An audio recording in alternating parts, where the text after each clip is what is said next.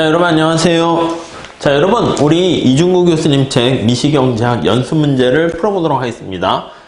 챕터 5장이 되겠네요. 챕터 5장의 연습 문제를 같이 한번 풀어보도록 할게요.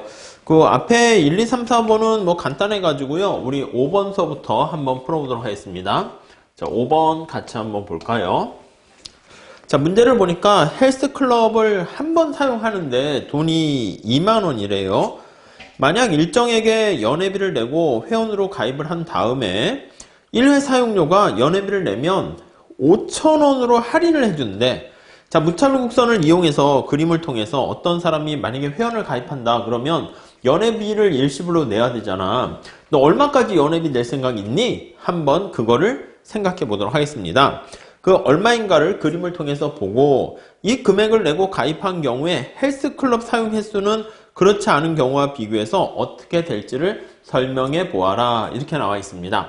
자, 우선 헬스클럽이 관심사잖아요. 그래서 수평축에다가는 헬스클럽을 횟수라고 할게요. 이게 XJ라고 하면 헬스 이용권 이렇게 할게요. 헬스의 이용 횟수 이렇게 보시면 되겠습니다. 이게 YJ는 헬스 이외 나머지를 YJ라고 생각하시면 되겠습니다. 그러니까 요거는 사실 금액이라고 보시면 돼. 돈이라고 보셔도 돼요. 왜냐하면 헬스 이외 나머지 여기 빵 사 먹는 거, 옷 사는 거, 이 모든 게 다 여기 Y축에 들어가 있을 텐데 그거는 쉽게 얘기하면은 돈으로 다 얘기를 할 수 있을 거예요. 그래서 달러나 원화의 금액이다. 이렇게 생각하시면 돼요. 물론 여기서 원화라고 해야겠죠. 금액 이렇게 보시면 되겠고요. 자, 그러면 먼저 첫 번째 한번 그림을 한번 보시면 헬스클럽을 한 번 사용할 때 원래 2만원이었대요. 그래서 이 사람으로 하여금 헬스클럽을 이렇게 가격이 있었으면 이 사람은 이제 무차별 곡선이 있을 거 아닙니까? 무차별 곡선이 어떻게 지나갑니까? 라고 하면 효용을 극대화하는 무차별 곡선이 여기서부터 뭐 이런 식으로 지나갔다고 합시다. 그러면 이게 U0의 효용을 누리고 있었어요. 근데 헬스에 가입을 하면 이 사람한테 얼마의 일시불로 데파짓을 딱 이렇게 그냥 일시불로 내야 되는 거야. 내게 되면은 이 사람 입장에서는 어떻게 됩니까? 라고 하면 두 가지 버전으로 볼 수 있는데 그러면 저한테 떨어지는 혜택은 뭐죠? 가격 깎아줄게 이러는 거야. 그래서 원래 헬스 가격이 여기 보시면 이게 가격이 2만원이에요. 2만원. 그래서 뭐 1분의 2만 해도 되고요. 아무튼 예산성 기울기 PY분의 PX에서 상징적으로 YJ 가격을 1로 하면 그냥 2만원 이렇게 돼 있는 거예요. 자, 그런데 거기 보시면 가격을 5,000원으로 할인해 주니까 여기 보시면 가격이 예산선이 이렇게 할인 받게 되는 거예요. 이거 기울기는 바로 뭐다? 5,000원, 0.5만원 이렇게 생각을 하시면 되겠습니다. 2분의 1만원 이렇게요. 그럼 이 사람이 이전과 동일한 효용을 유지하게끔 만약에 소득을 덜어낸다라고 할게요. 그래서 가입비로 얼마를 내게끔 한다라고 하면 예산선이 이렇게 안쪽으로 갈 겁니다. 그러면 점점점점점 이렇게 들어가는 것을 우리가 확인할 수가 있겠어요. 자, 그럼 선택점이 어떻게 됩니까? 라고 하면 옛날에 선택점이 여기였었어. 만약에 A였어. 그러면 여기까지 이렇게 가게 됩니다. 자, 그럼 이 사람이 얼마까지 헬스에 가입하기 위해서 돈을 낼 생각이 있습니까? 하면 이전과 동일한 효용은 유지해야 되잖아. 그렇기 때문에 여기 나와 있는 것만큼 색깔을 뭘로 해야 될까? 이걸로 하죠. 여기서부터 이만큼까지 이 사람이 최대한 헬스에 가입 위해서 돈을 낼 생각이 있는 거야. 그래도 A와 B 가격 할인의 혜택을 통해 가지고 B점을 선택하게 돼도 이 사람 입장에서는 이만큼 요 크기가 바로 뭐냐면 이 사람이 최대한 요 크기요. 요 길이가 바로 이 사람이 최대한 지불하려는 가입비의 크기다. 이렇게 보시면 될 것 같습니다. 네, 이해하실 수 있으시겠습니까? 최대한 이만큼까지 가입비를 지불할 생각이 있다는 거야. 무슨 말씀인지 아시겠죠? 아니면 이렇게 보셔도 돼. 이 사람으로 하여금 어떻게 됩니까? 라고 하면 순서를 지금은 어떻게 했냐면 이 사람을 꼬시기 위해서 먼저 가격 할인을 해주는 거야. 그래서 1번 가격 할인을 여기서부터 이렇게 1번 해서 가격 할인을 먼저 해준 다음에 얼마까지 최대한 헬스 가입비를 낼 생각이 있습니까? 해서 그 다음 2번으로 이런 식으로 감소하게 된 거, 소득으로 덜어낸 거 그렇게 생각하셔도 되고요. 아니면 이렇게 볼게요. 순서를 좀 바꿔가지고 같은 얘기인데 이렇게 놔두고 할까요? 여기 보시면 같은 얘기긴 한데 살짝 바꿔서 한번 볼게요. 이게 만약에 헬스 이용 횟수고요. 여기가 이제 금액 이렇게 나와 있습니다. 그러면 여기 나와 있는 것처럼 먼저 예산선이 색깔 좀 맞춰서 할게요. 파랑이었습니까? 그래서 여기 보시면 이런 식으로 이제 선택하는 점이 있었고, 그 다음에 여기 무찰곡선이 이런 식으로 지나가고 있었습니다. U0의 효용을 누리고 있었단 말이죠. 그럼 먼저 이 사람한테 가격 할인을 주는 게 아니라 이 사람한테 먼저 대파짓으로 이렇게 얼마 세금을 아니 가입비를 지불한다 할게요. 그럼 가입비를 지불하니까 요거랑 같이 점점점점점 먼저 이렇게 내려가는 걸로 하시면 되겠습니다. 그쵸? 지금 이제 가입비를 물어보니까 먼저 가격을 깎아주고 가입비 얼마나 했니 했는데 먼저 가입비를 이렇게 부과했다 할게요. 가입비가 얼마예요? 물어봤더니 이만큼이 가입비입니다. 이렇게 됐어. 예, 가입비예요. 가입비. 가입비가 먼저 첫 번째로 결정이 됐다라고 합시다. 그럼 예산선이 안쪽으로 이렇게 내려가요. 그럼 이 사람한테 얼마나 가격을 할인해주면 이 사람이 이전과 동일한 효용을 누리게 되면서 헬스클럽에 오케이 하고 가입을 할 것인가 라고 하면은요, 먼저 가입비를 이렇게 납부한 다음에 그 다음에 여기 나와 있는 것처럼 이렇게 요걸 기준으로 해서 예산선이 이렇게 완만하게 지나가게 되면 이 가격을 할인해 준 거잖아. 그래서 두 번째가 이렇게 2번이 바로 헬스비의 가격을 할인해 준 크기가 바로 요거다라고 생각을 하시면 되겠습니다. 그러니까 두 가지 버전으로 물어볼 수 있어. 첫 번째는 가입비 얼마 내세요. 그럼 이제 나한테 물어보는 거지. 아저씨한테, 관장님한테. 저기요, 그러면 가격 얼마나 할인해 줄 거예요? 가격이 요거보다 이제 더 싸게 할인을 해줘야지. 만약에 이거보다 더 싸게 해주면 이렇게 한번 볼게요. 가격을 이거보다 더 싸게 할인을 해줘서 색깔을 다른 걸로 해볼까? 더 싸게 할인해줘서 이렇게 할인해주면 어떻게 될까? 이렇게. 그럼 당연히 이건 나한테 어떻게 돼? 효용이 증가하니까 당연히 어유 감사합니다 이렇게 될 것이고, 가격을 할인해주는데 이거보다 좀 작게 할인을 해줬어. 이렇게 했어. 그럼 나는 어떻게 돼? 이전과 동일한 효용마저 누리지 못하니까 그 정도 할인해서는 안 갈래요. 이러겠죠. 그러니까 최대한 얼마까지 할인을 해줘야 됩니까? 하면 여기 무찰곡선에 이전과 동일한 효용을 유지하게끔 여기 있으면 여기 똑같이 A, B예요. B까지 갈 수 있도록 가격을 할인해 줘야지 내가 헬스클럽에 가입을 하게 된다라는 것을 알 수 있습니다. 아무튼 요거는 그냥 참고로 말씀드렸고, 여기 5번에 나와 있는 건 바로 요 문제를 물어보는 거다라고 보시면 될 것 같습니다. 자, 그 다음에 우리 6번 문제 살짝 한번 볼게요. 6번 한번 볼까요? 6번 보시죠. 6번. 자, 6번은 주어진 소득으로 XJ인 쌀과 YJ인 술을 구입하고 있는 임씨의 무차별 곡선은 무차별 곡선의 기울기가 마이너스 1이래. 그러면 이제 효용을 극대화하는데 언제나 목적식과 제약식을 좀 써주시죠. 효용함수가 XJ랑 YJ 이렇게 있다고 할게요. 근데 이게 무차별 곡선의 기울기는 마이너스 1이니까 완전 대체적 관계로 Y 플러스 X 요런 꼴의 형태가 됩니다. 자, 그러면 여기가 X가 되고 여기가 Y가 되면 마이너스 1의 기울기의 무차별 곡선 이렇게 되는 거 알 수 있을 거예요. 자, 그런데 다음 물음에 답할 때 예산제약식이 있어야 되네요.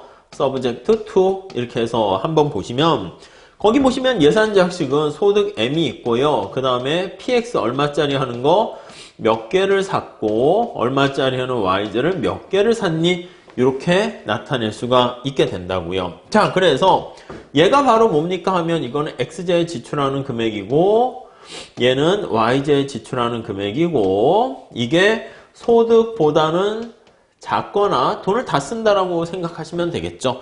자, 근데 주어진 정보를 한번 대입을 해봅시다. 자, XJ 가격이 100원이네. XJ 가격이 100원이에요. 그래서 100원 X 플러스 YJ 가격은 50원입니다.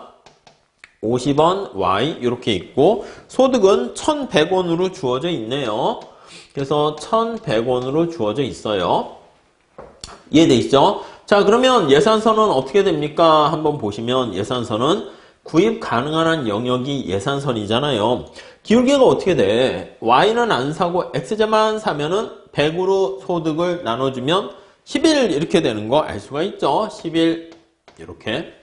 YJ만 산다라고 하면은요, X에다 빵을 집어넣으면 Y는 얼마가 될까요? 22가 되겠지. 왜냐면 요 11의 2배가 될 거 아니겠습니까? 그래서 22 이렇게 돼요. 그럼 예산선이 어떻게 됩니까? 라고 하면 이걸로 하면 이런 식이 예산선이 돼요. 그러면 내가 선택할 수 있는 상품 묶음은 어떻게 됩니까? 라고 하면 여기가 내가 선택할 수 있는 상품 묶음들이다 라는 것을 알 수가 있어요. 이게 예산 집합 이렇게 되는 거죠. 준비가 됐죠? 자, 요거 기울기는 어떻게 됩니까? 기울기를 잘 보셔야 돼. 얘는 예산선 기울기가 py분의 px는 자, yj 가격이 50원이고요. xj 가격이 100원입니다. 그래서 그러니까 물론 마이너스 2가 되겠죠. 네, 그렇게 보시고 요 한계 대체율이라 할 수 있죠. 무차별 곡선의 접선의 기울기 xy는 얼마입니까? 하면 1 이렇게 되는 것을 알 수가 있어요. 자, 그러면 정리를 한번 해보도록 하겠습니다. 자, 그러면 예산선이 이렇게 있어요. 여기가 x, 여기가 y 이렇게 되어 있을 때 선택 가능한 영역이 예산 집합이 어떻게 되냐면 기울기가 좀 더 가팔라요. 지금 상태가 얘가 2가 되고 MRS가 1로 더 작습니다.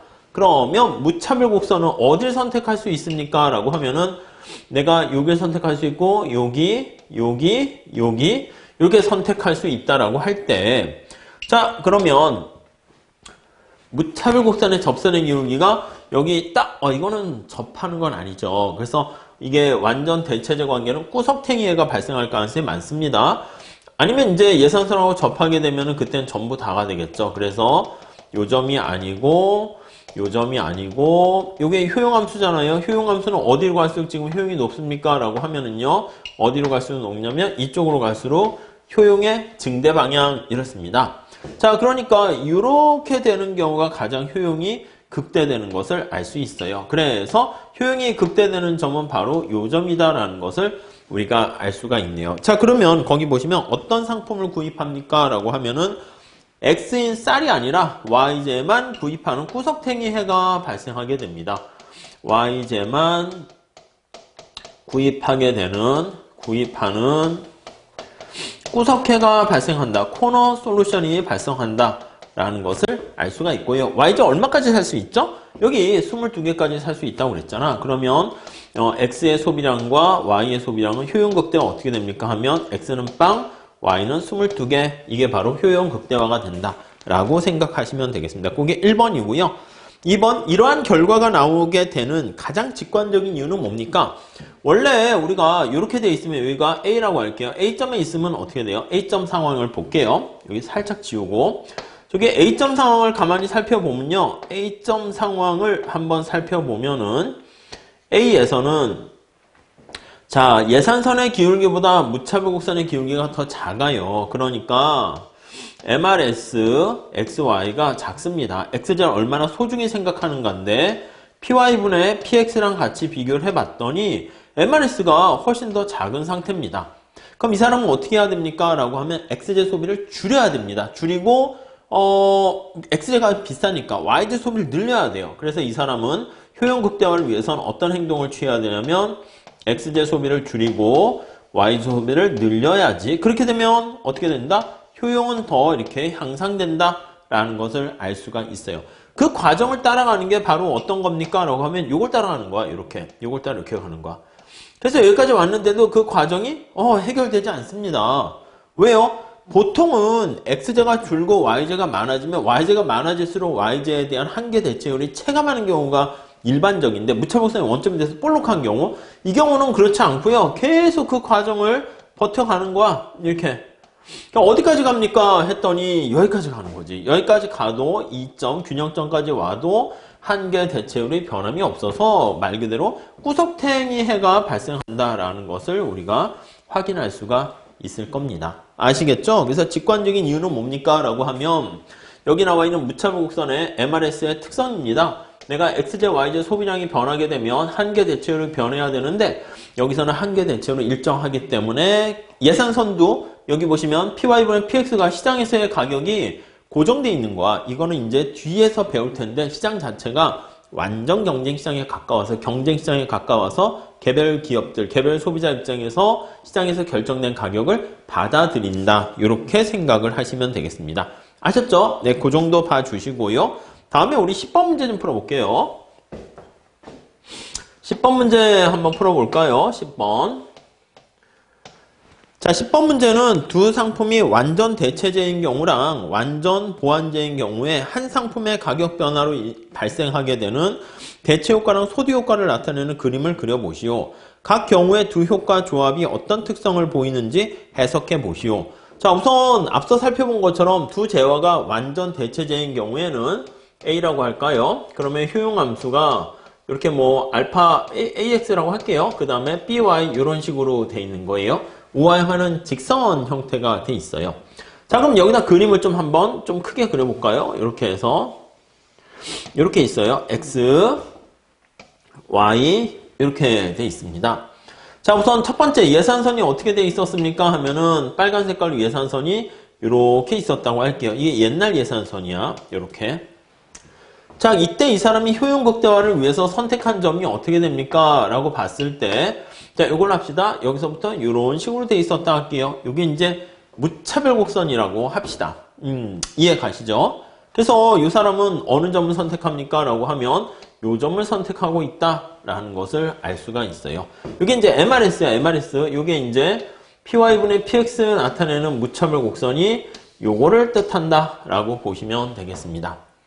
자, 그러다가 점차 XJ 가격이 하락했다라고 할게요. 거기 문제를 보시면 한 상품의 가격 변화. 우리가 이렇게 있으니까 현재 여기 선택점을 우리가 한번 표시하게 되면 여기가 A라고 하면 A점은 어떻게 돼요? A점 다시 한번 생각을 해보면 자, 여기서는 MRS랑 XY 무차곡선의 접선의 기울기고 PY분의 PX가 이렇게 있습니다. 자, 근데 PY분의 PX 그냥 P0라고 했어요. 근데 얘가 훨씬 더 큰 거야, 지금 형태가. 그러니까 이때는 어떻게 된다? X의 소비량이 빵 이렇게 돼 있어요. X의 소비량이 빵이고 Y의 소비량은 어떻게 됩니까? 하면 내가 가지고 있는 소득을 가지고 YZ를 다 구입을 하게 되니까 이런 점을 선택하게 되는 것을 알 수가 있어요. 자, 그런데 X의 가격이 하락했다라고 한번 해볼게요. X의 가격이 색깔이 이렇게 해서 하락했습니다. 이렇게 하락했어요. 이렇게. 그래서 얘가 이제 P1으로 X의 가격이 하락했어요. X의 가격이 이렇게 변화했다라고 합시다. 그럼 내가 효용 극대화하는 나의 선택점은 요 점이 아니라 당연히 어떻게 돼요? 여기 보시면 점점점점 요 점이 아니라 지점을 하니까 다 하지 않을게요. 결과만 볼게요. 그럼 어떻게 되니까 여기를 선택하면 되니까 그래서 무차곡선이 이것도 다 그리면 지점하니까 이렇게만 그릴게요. 두껍게 하려고 하는데 이렇게 하는 건 얇네요. 이렇게 됩니다. 자, 그래서 이해되세요? 자, 그래서 어느 점을 선택하냐면 B점이 여기를 선택하게 되는 것을 알 수가 있어요. 이거는 역시 또 요거랑 똑같아요.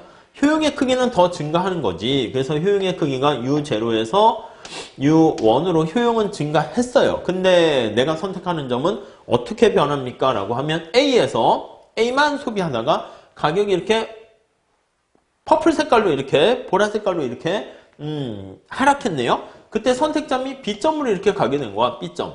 B점은 어떻게 됩니까? 하면 보시면 알다시피 MRS, XY 무차곡선의 요 접선의 기울기가 일정해요. 완전 대체적 관계니까. 근데 PY분의 PX랑 같이 비교를 해보면 MRS가 훨씬 더 크다라는 것을 알 수 있어요. 그래서 이때 선택점은 어떻게 됩니까? 라고 하면 B점은 내가 X만 구입을 하는 거예요. 그래서 X의 소비량은 어떻게 됩니까? 하면 내가 소득을 가지고 그때 새로운 X의 가격이겠죠? P1, X의 가격으로 이제 나눠주게 되면 될 거고요.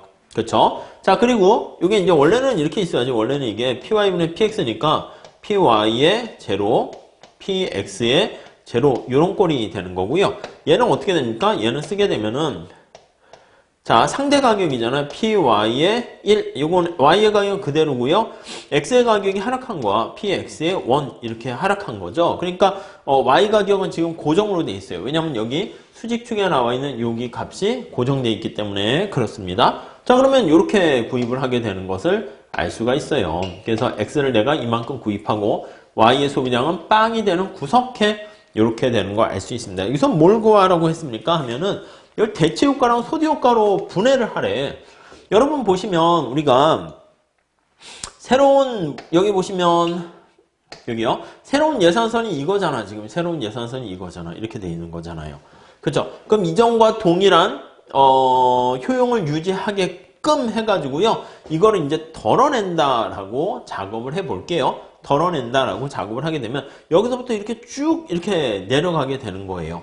무슨 말씀인지 아세요? 그래서 여기 나와 있는 새로운 예산선 가지고요. 이전과 동일한 효용을 유지하게끔 여기서부터 점점점점점 이렇게 가게 되면은 네, 이렇게 되는 거 알 수가 있고요. 자, 그러면 여기서부터 A에서 여기까지 가게 되는 게 사실은 우리가 딱 보면은 여기까지 이렇게 가게 되네요. 그럼 동일한 효용을 유지하는 거잖아요. 여기가 뭐 A-라고 할게요. A-가 되면 A에서 A-까지 이렇게 가격이 하락한 예산선 가지고 이전과 동일한 걸 유지하게 되면 여기서부터 여기까지 가게 되는 게 어떻게 되는 거예요? 이게 바로 어떻게 보면 대체 효과가 되는 것이고 소득 효과는 어디서부터 어디까지요? A-에서 B까지 가게 되는 것을 알 수가 있습니다. 아셨죠? 그래가지고 거기 나와 있는 가격 변화로 인한 거 우리가 완전 대체제인 경우 우리가 살펴봤고요.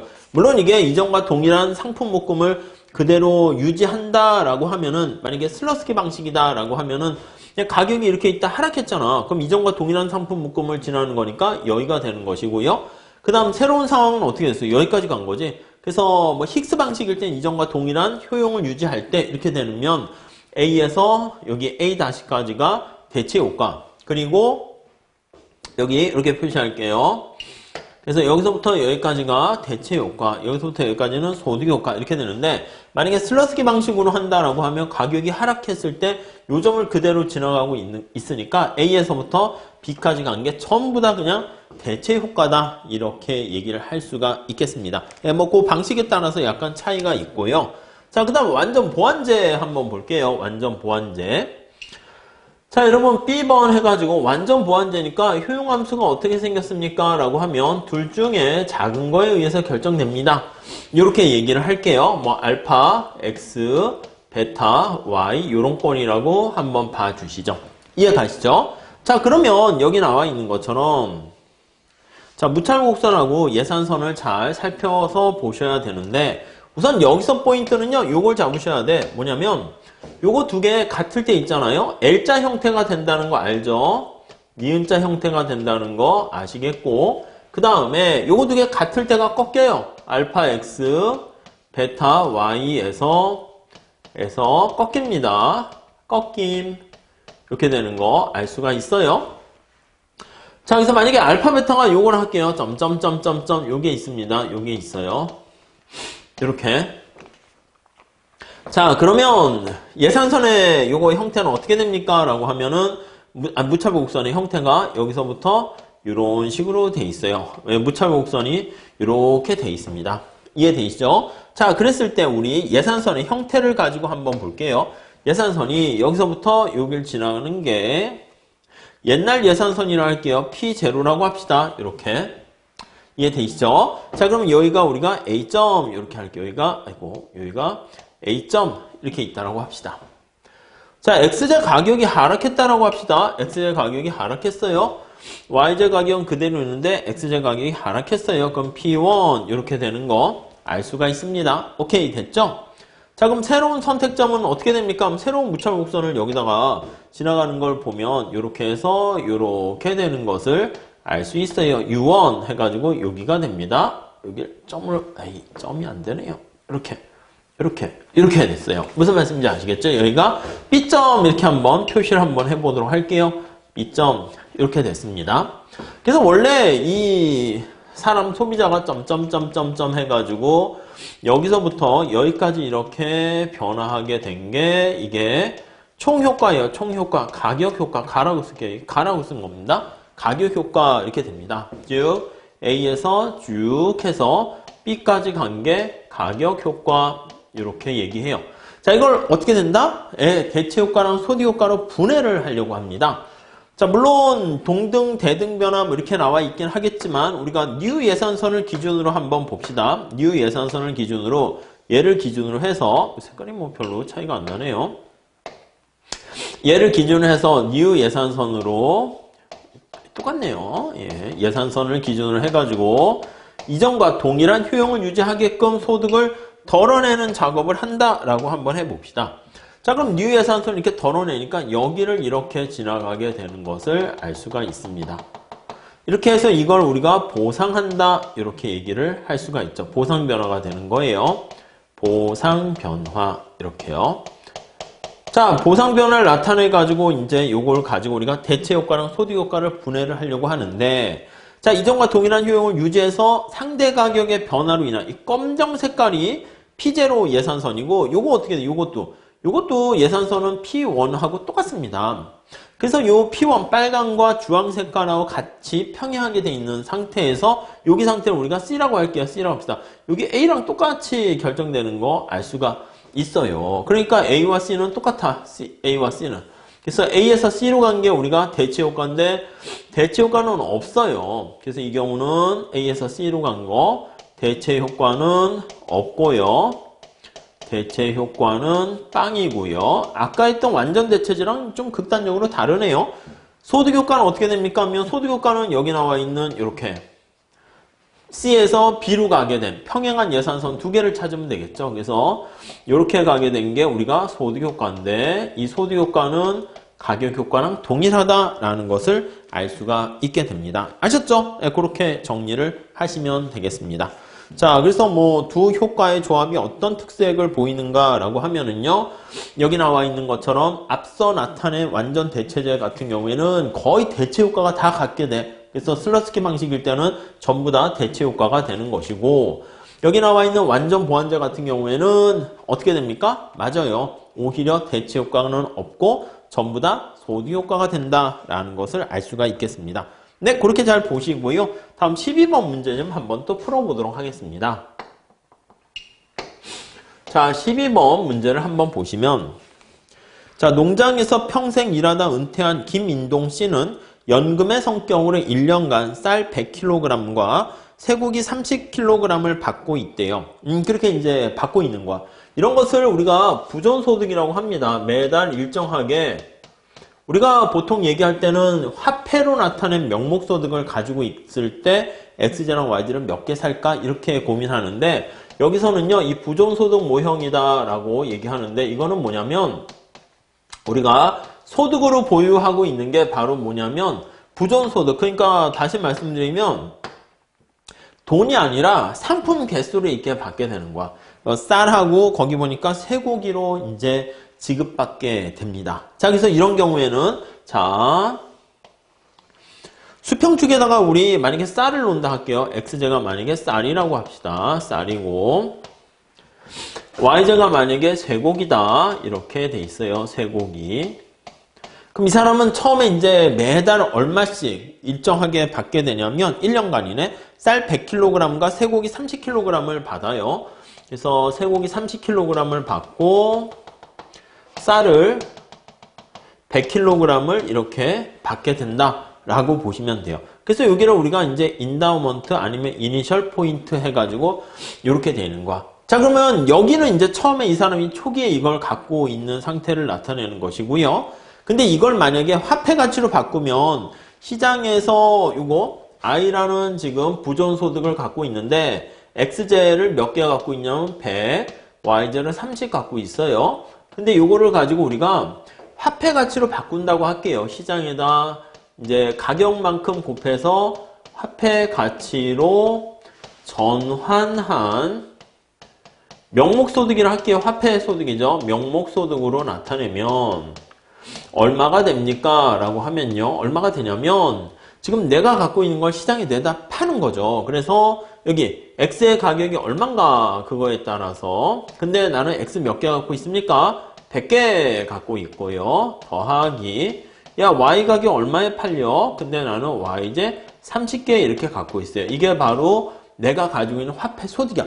이 소비하는 게 아니라 내가 갖고 있는 게 지금 상품으로 갖고 있는 거라니까 그걸 이제 시장의 가치를 고려해 가지고 이렇게 내다 팔게 되면 이만큼의 명목소득을 내가 갖게 되는 겁니다.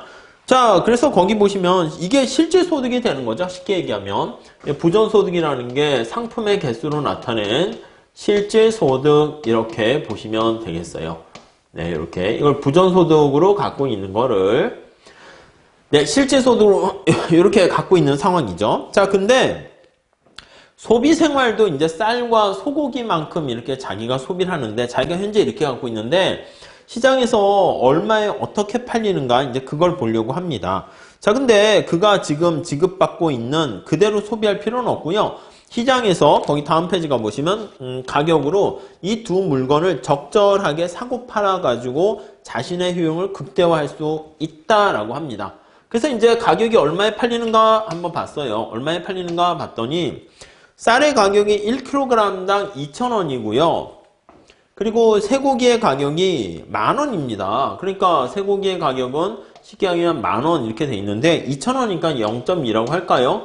0.2 이렇게 되는 것을 알 수가 있어요. 자, 그러면 이게 30만원에다가 20만원 이렇게 되는 거니까 화폐로 나타내면 10,000원으로 표현하면 이게 5 또는 50인가요? 네, 50만원 이렇게 되는 것을 알 수가 있어요. 1원짜리로 표현하면 이 사람이 50만원을 갖고 있는 거예요. 무슨 말씀인지 아시겠죠? 자, 그래서 이 사람이 지금 가지고 있는 걸 가지고 이렇게 초기 부전점을 가지고 있는데 이거를 시장에다가 이제 지금 요거는 지금 주어진 이 사람의 소득이에요. 우리가 그동안 얘기한 것처럼 이게 바로 이 사람한테 초기 부전점으로 가지고 있는 요건데 요거 시장에 적절하게 내다 팔아가지고 자기가 소비꾸러미는 다르게 설정할 수 있는 거야. 근데 거기 보시면 이게 30만원, 100원, 뭐 이렇게, 100만, 여기 보시면, YZ 가격이 10,000원, 2,000원 이렇게 돼 있으니까, 여기 나와 있는 것처럼 이런 식으로 이 사람이 선택을 할 수가 있는 거예요. 그래서 지금의, 소비점으로 이렇게 쭉 나와 있는 걸 가지고, 요 점을 지금 초기 부전점을 갖고 있는데, 내가 요 위에서는 물건을 사고 팔아가지고 이 안에서 내가 소비를 할 수가 있게 되는 거죠. 그래서 이 가격이 시장에서 결정된 이제 가격이라고 생각하시면 돼. 그 시장 가격 내에서 이 소득을 가지고 내가 선택점을 조정을 할 수가 있는 거죠. 이게 바로 그러니까 우리가 선택 가능한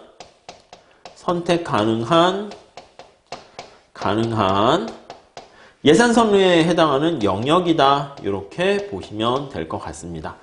자, 근데 거기 보시면은요, 우선 그의 예산선을 그려라 이렇게 되어 있어요. 그래서 이 사람이 뭐 여기를 선택할 수도 있는 거야. 그래서 이 사람이 저는요 그 쌀은 많이 갖고 있는데 너무 많이 갖고 있는 것 같아. 그럼 쌀을 시장에다가 이만큼 갖다 주는 거야. 갖다 주게 되면 쌀 하나 팔게 되면은 여기 나와 있는 XG 같이 2,000원을 팔아요. 2,000원을 받아요.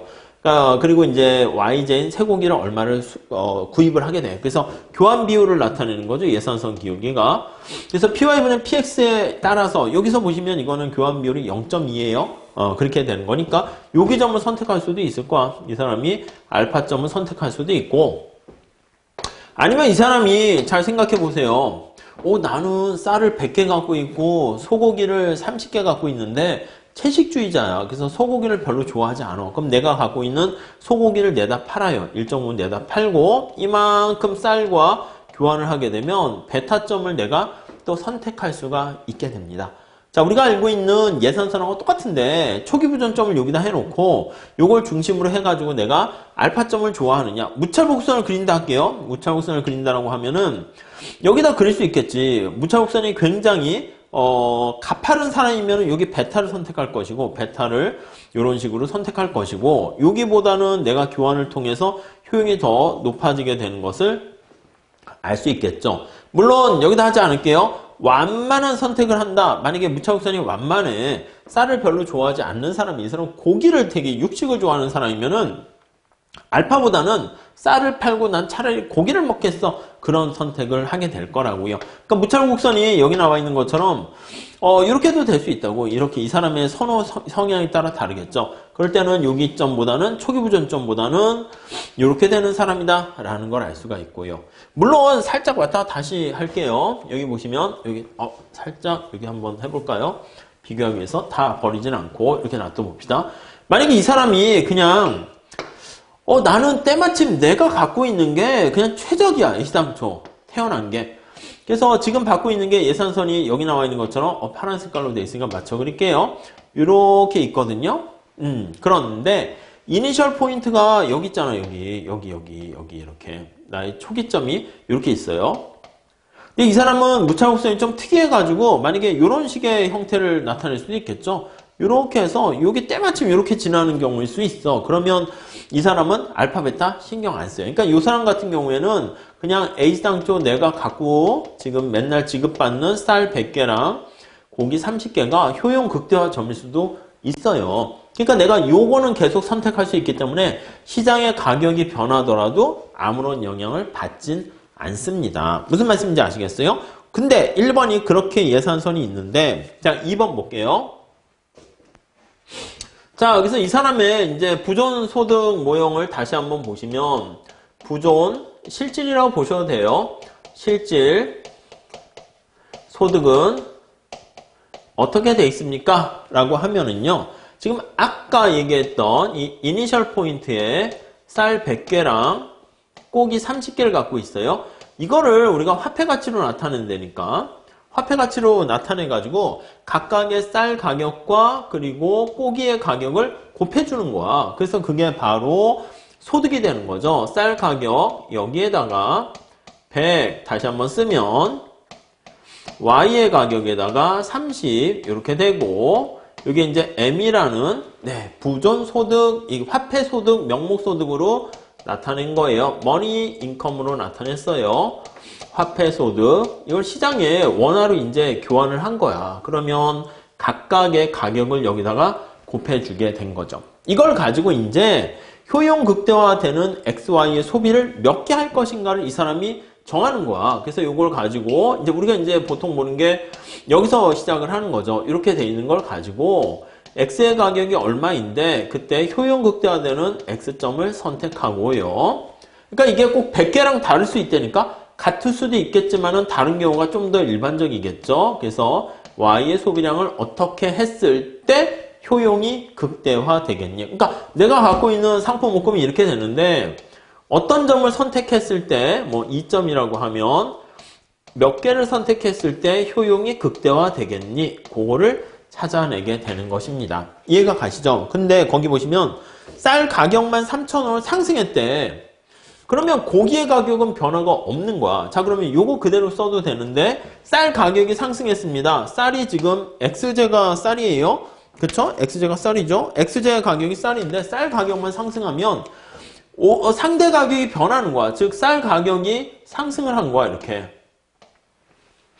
상승하게 된 거야. 그래서 이렇게 되면은 어떻게 된 겁니까? 하면은 내가 만약에 이거 시장에 내다 팔게 되면 화폐를 더 많이 가질 수 있는 거야. 그러니까 이 사람은 예산선이 어떻게 변하냐면은 당연히 요거 내가 그냥 초기 부전점 이걸 그대로 갖고 있는 거 소비할 수 있어요. 그러니까 예산선의 기울기가 변하게 되거든요. 얘만 비싸지니까 우리가 예산선의 가격이 이렇게 해서 가파르게 됩니다. 예산선의 기울기는 이렇게 가파르게 변한다는 거 알 수가 있는데, 근데 여기 초기 부전점인 얘는 초기 부전점은 그대로 그냥 지나가야 된다고요. 부전점은 그대로 선택이 가능하다고요. 선택이 가능하다는 거 알 수가 있습니다. 그래서 이 둘을 충족하는 것을 찾아내야 되는 거죠. 그러면 이 I라는 초기 부전점은 지나면서 예산선 기울기가 가파르게 되니까 예산선의 형태가 이런 식으로 되는 거 알 수 있습니다. 얘는 이렇게 더 가팔라지고 얘는 이런 식으로 가게 되는 거 알 수 있어요. 그게 바로 거기 보시면은 2번 쌀 가격만 3,000원으로 상승했을 때 그의 예산선은 어떻게 변화하는가, 그 얘기를 하는 것입니다. 아시겠죠? 자, 그러면 우선 이런 선택이 되었을 때 3번 볼게요. 위와 같은 변화가 되었을 때 그의 선택에 어떤 영향을 미칠지를 논의하시오. 이렇게 나와 있어요. 요거는요, 이렇게 한번 보시면 되겠어요. 요거 그대로 하고 살짝 이쪽으로 할게요, 여러분. 자, 이 사람이 효용 극대화를 선택하는데 지금 예산선이 어떻게 변했나 볼게요. XJ가 있고, YJ가 있고, 그래서 예산선이 이렇게 있었는데 지금 어떤 식으로 변했냐면 이 사람이 예산선이 쌀 가격만 비싸졌으니까 이렇게 변한 걸 알 수 있습니다. 자, 우선 첫 번째, 이 사람이 어느 영역에 속해 있는가를 잘 보셔야 돼요. 무슨 말씀이냐면 여기 초기 부전점을 중심으로 해서 이쪽에 있는 사람은 어떻게 돼요? 이쪽에 있는 사람은 예산선 영역이 쭈그러들었거든요. 여기 보시면은 예산선 영역이 줄어들었어요. 여기 있는 사람은. 그러니까 무차곡선이 만약에 이걸로 할까요? 여기 이렇게 있었던 사람인 경우에는 이게 이제 A라는 사람이라 할게요. 무차곡선 A라는 사람인 경우에는 어떤 선택이 됩니까? 하면 예산선 영역이 줄어들었기 때문에 실제 소득이 감소하게 돼요. 자, 여기 있는 사람을 다시 한번 예를 들어서 볼게요. 자, 그러면 지금과 같은 상대 가격 변화로 인해 가지고 우리 대체 효과랑 소득 효과를 같이 보셔야 된다고요. X의 가격이 여기 나와 있는 것처럼 비싸지게 되는 거예요. 근데 XJ를 여기 선택한 사람들은 많이 소비하는 사람이잖아. 그럼 어떻게 돼? 시장에서 내가 고기를 팔고, 자, 잘 보세요. 이 사람은 쌀을 많이 소비하는 사람이라니까, 쌀을 좋아하는 사람이라니까, XJ를 선호하는 사람이에요. 선호자가 되는데, 지금 선택점이 여기를 우리가 초기부전점 I라고 하고요. 요거를 그냥 A라고 할게요. A라고 대문자로 씁시다. A를 선택하는 사람인데, 쌀을 선호하는 사람이야. 근데 자기가 갖고 있는 고기를 팔아가지고 쌀을 사야 되는데 쌀 가격이 상승했어. 그러면 어떻게 됩니까? 그렇지. 쌀을 많이 갖게 되지 못해요. 우선 첫 번째는 이제 두 가지 효과가 발생하는 걸 아실 거예요. 이렇게 되면은 대체 효과, 소득 효과. 대체 효과는 어떻게 됩니까? 대체 효과는 상대적으로 쌀 가격이 비싸졌기 때문에 어떻게 됩니까? 쌀의 소비량이 줄어들게 되고요. 반대로 Y 소비량은 좀 증가하는 힘으로 작동하게 되는 것을 알 수 있어요. 여기서 끝나는 게 아니라 소득 효과도 보셔야죠. 이 사람은 소득 효과는 어떻게 됩니까? 라고 하면요. 소득 효과는 자, 여기 소득 효과는 예산선의 영역이 줄어들었어. 그럼 이 사람은 실질 소득이 감소한다고요. 실질 소득이 감소. 왜냐면 예산선의 영역이 감소했기 때문에 그런 거지. 자, 그러면 이로 인해 가지고 어떻게 됩니까? XJ, YJ 다 정상제니까 X의 소비량은 감소하고 Y의 소비량도 감소한다. 이렇게 보시면 돼요. 우리가 만약에 이 두 효과를 다 합쳐가지고 설명을 하려고 하는데 XJ에만 초점을 둔다라고 하면은 XJ 소비는 상대 가격이 비싸져서 감소하고 실질 소득이 감소하니까 소득 효과도 XJ는 감소해서 결과는 반드시 XJ 소비량은 감소한다. 이렇게 얘기를 할 수가 있을 겁니다. 아셨죠? 자, 근데 만약에 이 사람이 여기에 속해 있는 사람이라 할게요. 여기. 그러니까 이 사람은 뭐냐면 무차곡선이 굉장히 완만한 형태가 돼가지고요. 여기에 위치해 있는 사람이라 합시다. 요렇게 색깔을 다른 걸로 합시다. 여기를 이렇게 지나가는 사람이라 할게요. 그럼 이 사람은 요 점을 선택하고 있었어요. B라고 할게요. 무차별 곡선 B라는 사람이라 합시다. 자, 그러면 여기에 보시면 알다시피 B와 같은 소비자는 B는 어떤 선택을 하냐면 자기가 갖고 있는 쌀이 너무 많다고 생각하는 거야. 그럼 쌀을 시장에 내다 팔고 고기를 사려고 해. 근데 문제는 뭐야? 맞아. 쌀 가격이 비싸게 팔린다니까? 그럼 자기가 갖고 있는데 팔려고 하는데 어제보다 거기 보시면 쌀 가격이 원래 2,000원이었는데 킬로그램당 3,000원 쳐준대. 그럼 내가 어떻게 돼? 똑같은 쌀을 갖고 있는데 어떻게 돼요? 더 많은 돈을 화폐 소득을 우리가 구할 수 있는 거야. 그래서 오히려 상대적으로 고기 가격은 싸졌으니까 더 많은 고기를 살 수가 있겠죠. 그래서 B는 어떻게 되냐면 XJ를 그냥 판매하려는 사람이야. XJ를 팔고 YJ를 좋아해서 구입하려는 사람, 이 사람은 어떻게 된다? XJ를 덜 선호하는 거예요. 그래서 XJ를 덜 선호, 이걸 무찰곡선을 하면 이해가 되십니까? 아이고, 너무 앞서갔네요. 덜 선호를 하는 거예요. 덜 선호하는 MRS가 작은 사람이에요. MRS 쌀과 고기다라고 하면 이거는 작은 사람이다 라고 보시면 될 것 같습니다. 그러니까 이 사람은 근데 XJ를 팔려고 하는데 지금 살펴본 것처럼 XJ 가격이 어떻게 된다? 맞아요. 대우를 지금 잘 받는다니까 XJ를 팔려고 했는데 시장에서 가치를 높게 받고 있으니까 팔았을 때 자기한테 떨어지는 돈이 많은 거야. 그걸 예산선을 표현하면 여기 나와 있는 것처럼 실질 소득이 증가하는, 예산선이 영역이 증가하는 걸로 우리가 볼 수가 있겠습니다. 아시겠습니까? 자, 여기서 이 사람은 어떻게 되는가 한번 볼게요. XJ 가격이 여기 보시는 바와 마찬가지로 상승하게 됩니다.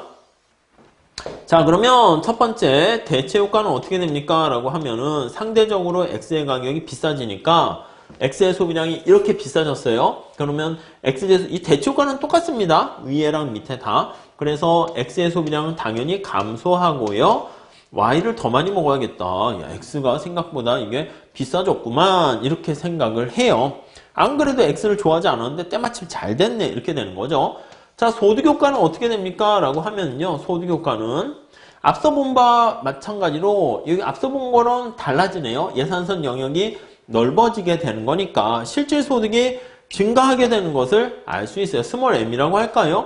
실질 소득이 증가해. 실질 소득이 증가하기 때문에 그래서 이 사람은 어떤 선택을 하냐면 X의 소비량이 증가하고 Y 소비량도 증가하게 되는 결과를 초래합니다. 이해되세요? 그래서 여기 두 개 이렇게 나타내는 최종 효과는 어떻게 됩니까? 라고 하면 X만 놓고 보면은 어떻게 될지 증가할지 감소할지 알 수가 없다. 이렇게 되는 거 알 수 있습니다. Y는 물론 항상 증가하게 되고 그래서 3번 보시면 위와 같은 변화가 그의 선택에 어떤 영향을 미치게 될 것인가 그거를 설명하세요 라고 하면은 여기 초기 부전점을 중심으로 해서 소비량이 더 많은 A인 경우와 X 소비를 덜 소비하는 B인 경우를 나눠 가지고 우리가 이렇게 설명을 할 수 있겠습니다. 아셨죠? 네, 그렇게 정리하시면 되겠네요.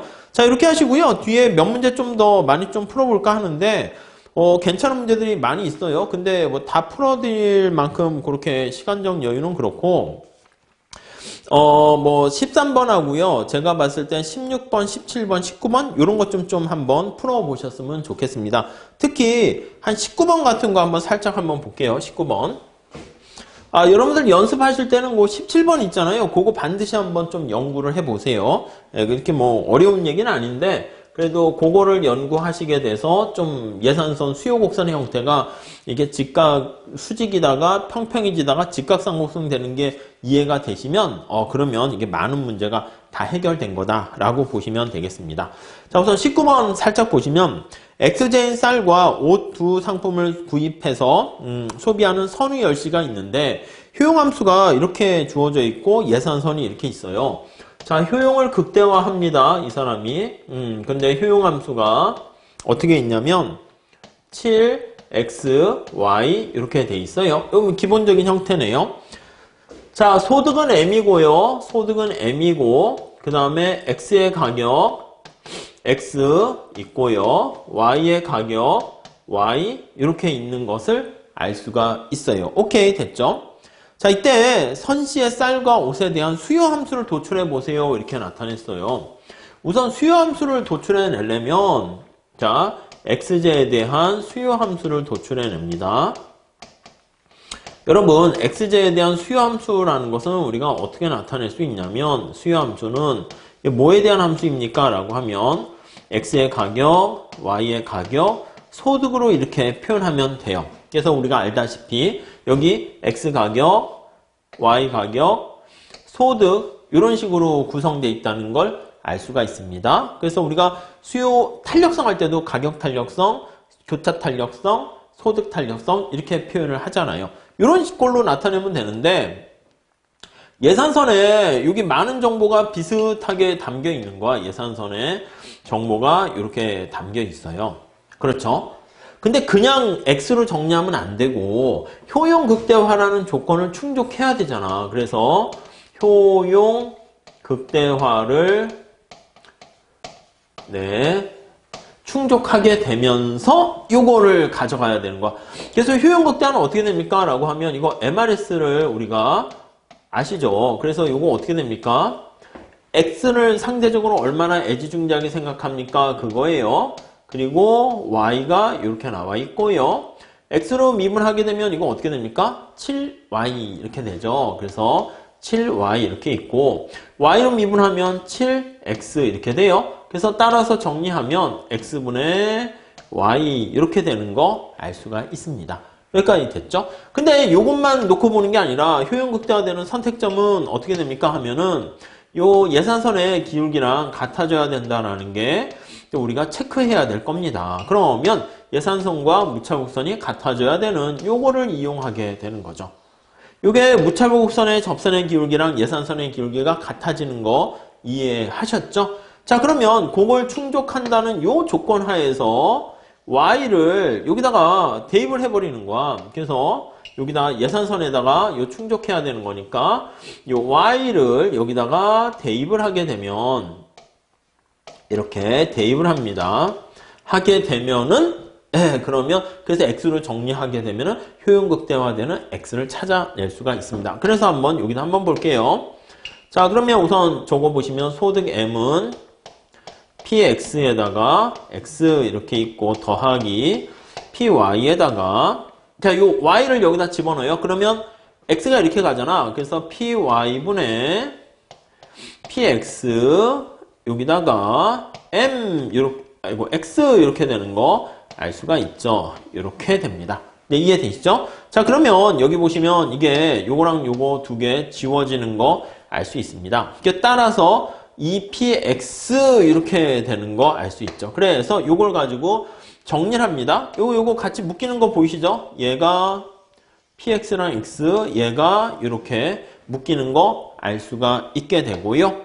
자, 그래서 정리를 하게 되면 따라서 x는 어떻게 됩니까? 라고 하면은 얘가 2px, x니까 x로 정리하면 2px분의 m 이렇게 되는 것을 알 수가 있네요. 자, 그러면 이게 바로 우리가 얘기했던 요게 효용 극대화를 달성하는 조건을 충족하는 x제의 수요함수가 됩니다. 수요함수 도출했죠? 자, 그럼 이렇게 도출했을 때 우리 거기 보시면 각각에 대한 탄력성을 한번 설명을 해보도록 할게요. 자, 두 번째는 어떻게 됩니까? 하면 x의 효용 극대화되는 수요량이 어떻게 됩니까? 라고 하면 소득 m이고 2px 이렇게 돼 있어요. 자, 그러면 가격 탄력성, 교차 탄력성, 소득 탄력성 이렇게 있는데 이걸 직접 탄력성 구해도 돼. 그래서 만약에 가격 탄력성이다 라고 하면 가격이 얼마나 변화했을 때 그 다음에 x의 소비량이 얼마나 변화하고 x분의 px 해가지고 직접 계산을 하셔도 되고요. 그 다음에 요거 이제 다시 원래 오리지널식은 어떻게 되는 거예요? x의 가격의 변화율이죠. 얼마나 변했니 분의 x의 소비량이 얼마나 변했니 이렇게 나타낼 수가 있단 말이에요. 자, 그러면 요거를 우리가 요거를 변화율로 표현을 해볼게요. 그러면 변화율로 표현을 하게 되면 곱하기는 더하기가 되고요. 나누기는 빼기가 됩니다. 그럼 요거 다시 나타낼게요. x의 소비량이 얼마나 변했습니까? 이거는 소득 m이 얼마나 변했습니까? 에다가 빼기 2는 상수니까 의미가 없죠. 그래서 지워버릴 거예요. 2분의 델타 2니까 빼버리고 그 다음에 x의 가격이 얼마였는데 얼마나 변했니? 이렇게 되는 것을 알 수가 있습니다. 자, 그러면 여기 나와 있는 가격 탄력성을 얘기한다라고 하면 이거 다른